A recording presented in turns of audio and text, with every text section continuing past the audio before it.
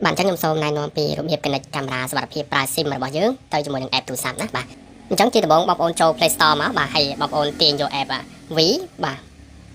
380 Pro ណាបាទអញ្ចឹងបងប្អូនវាយតាមខ្ញុំមកបាទ V បាទ380 Pro បាទឬក៏380 Pro ក៏បានដែរបាទបងប្អូន select ទៅបាទអញ្ចឹងវាចូលទៅកាន់ app ហើយណាបាទអញ្ចឹងបងប្អូន download យក app នេះណាបាទដូចខ្ញុំបង្ហាញនេះបាទ V 380 Pro ណាបាទចុះបងប្អូនចុចដំឡើងទៅបាទហើយចាំបន្តិចបាទចាំ app ពេញបាទអញ្ចឹងខ្ញុំសូមខានបន្តិចដើម្បីឲ្យ app ឆាប់ពេញងាយស្រួលក្នុងការបង្ហាញបងប្អូនបន្តណាបាទអញ្ចឹងបន្ទាប់ពីពេញហើយបងប្អូនចុចបើកមកបាទអញ្ចឹងត្រង់ចំណុចនេះបងប្អូនចុចគ្រីសណាបាទបងប្អូនចុចគ្រីសទៅហើយបងប្អូនចុចអក្សរខាងស្ដាំបាទបងប្អូនចុចអក្សរខាងស្ដាំបាទបងប្អូនចុចអក្សរហ្នឹងមកបាទបន្តមកទៀតបាទមកដល់ផ្ទាំងនេះបងប្អូនអូសណាបាទអូសអស់មកហើយចុចពាក្យ save នេះណាបាទget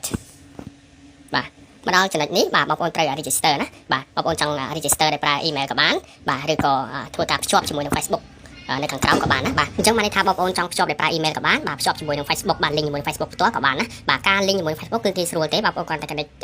ចូល Facebook ទៅគឺអាច link ចូលបានហើយតែក្នុងវីដេអូនេះខ្ញុំសូមណែនាំឲ្យបង្កើតតាមរយៈ email ព្រោះ email វាពិបាកអញ្ចឹងខ្ញុំសូមណែនាំបងប្អូនពីការដំឡើងបាទក៏ដូចជាភ្ជាប់តាមរយៈ email វិញណាបាទអញ្ចឹងនៅពេលដែល Facebook គឺបងប្អូនងាយស្រួលទេបាទអញ្ចឹងបងប្អូនចុចមកបា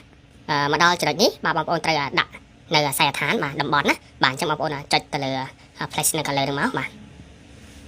ទមកដល់ត្រង់ចំណុចនេះបងប្អូនជ្រើសយកពាក្យ AC ណាបាទហើយបន្តទៀតយក confirm បាទមកដល់ត្រង់ចំណុចនេះបងប្អូនវាយ email បងប្អូនចូលណាបាទនេះខ្ញុំវាយ email របស់ខ្ញុំបាទជាគំរូរបស់ខ្ញុំណាបាទខ្ញុំវាយ email ខ្ញុំចូលអញ្ចឹងបងប្អូនវាយ email បងប្អូនចូលទៅណាបាទនេះខ្ញុំសូមបិទបាំងតិចណាបាទអញ្ចឹងបងប្អូនដាក់ email ចូលបាទដើម្បីឲ្យ app ផ្ញើសារចូលមកកាន់ email របស់យើងណាហើយបងប្អូនត្រូវប្រកាសថាបងប្អូនមាន email នេះគឺអាចទទួលសារបានណាបាទអញ្ចឹងបងប្អូនចុចតិចទៀតមកបាទអញ្ចឹងបងប្អូនរងចាំតិចហើយបងប្អូនចូលទៅកាន់អញ្ចឹងបងប្អូនចូលទៅកាន់ email របស់បងប្អូនណាបាទអញ្ចឹងបងប្អូន select បាទឬក៏មើលទៅលើ email បងប្អូនត្រឹមត្រូវហ្នឹងគឺ email ដែលបងប្អូនបានដាក់ចូលទៅក្នុង app ហ្នឹងណាបាទអញ្ចឹងចាំតិចនេះ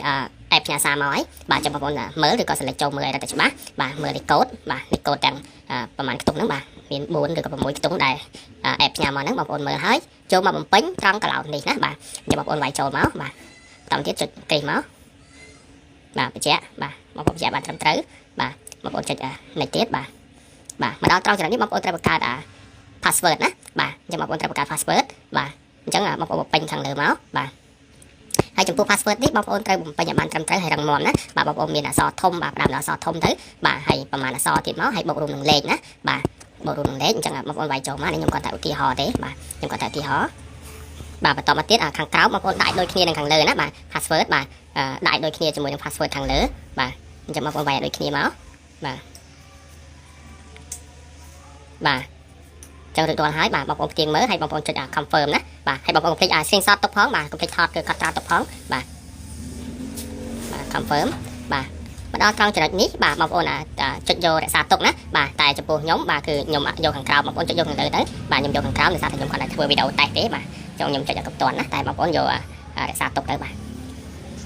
ទមកដល់ចំណុចនេះគឺរួចរាល់ហើយបាទបងប្អូនចុចប៉ះទៅលើផ្ទៃអេក្រង់រហូតទៅបាទអញ្ចឹងបងប្អូនអាចបង្កើត app បានហើយណាបាទបន្តមកទៀតបងប្អូនចុចសញ្ញាបូកនេះណាបាទដើម្បី add កាមេរ៉ារបស់យើងចូលបាទអញ្ចឹងបងប្អូនចុចសញ្ញាបូកមកហើយយកពាក្យ add កាមេរ៉ាណាបាទខាងលើបងប្អូនយកខាងលើមកបាទយកខាងលើបាទបងប្អូនយកពាក្យខាងលើនេះណាបា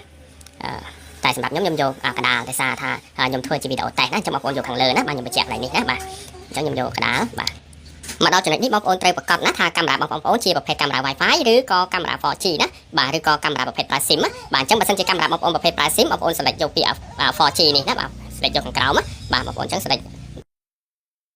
អញ្ចឹងមកដល់ចំណុចនេះបាទបងប្អូនចុចទៅលើរូប scan នេះណាបាទហើយបន្តមកទៀតបងប្អូន scan ទៅលើ QR ដែលមាននៅចំហៀងឧបករណ៍របស់យើងនៅចំហៀងកាមេរ៉ារបស់យើងបាទអញ្ចឹងបងប្អូនយកទៅ scan ទៅបាទជាមួយនឹងឧបករណ៍បាទជាមួយនឹង QR ណាដែលនៅជាប់ឧបករណ៍នេះបាទ scan រួចបាទ scan រួចបងប្អូនចុច device ណាបាទបងប្អូនចុច add device នេះណាប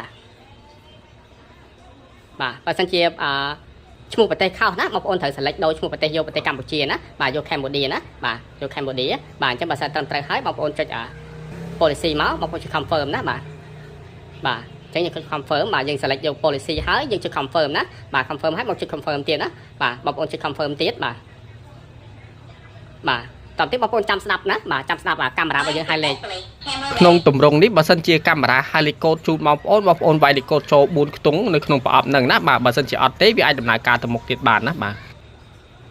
បាទអញ្ចឹងជោគជ័យហើយបាទអញ្ចឹងបន្តមកទៀតបងប្អូន